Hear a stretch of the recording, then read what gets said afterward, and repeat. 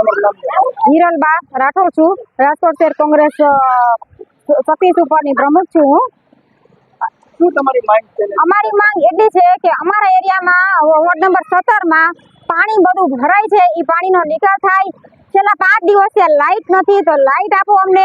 અમારા ઘરમાં વસ્તુ છે એ બધી બગડી જાય છે, નાના છોકરાવાળા છે તો નથી બધી વસ્તુ કોઈ લેવાઈ જઈ શકતા કે નથી કાંઈ ઘરમાં કોઈ રહેતું, અને બધી બગડી જાય છે।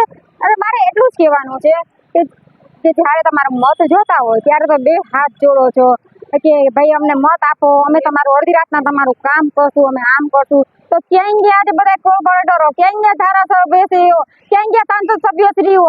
આ બધાને નમ્ર અપીલ છે, એકવાર અમારા એરિયામાં આવો, તમે ખાલી કલાકવાર બેસો તો ખબર પડશે કે કેવી રીતના હાથ જોડીને મત લેવાય છે। ખાલી હાથ જોડીને મત ન મંગાય, સમસ્યાનો ઉકેલ પણ કરવો પડે।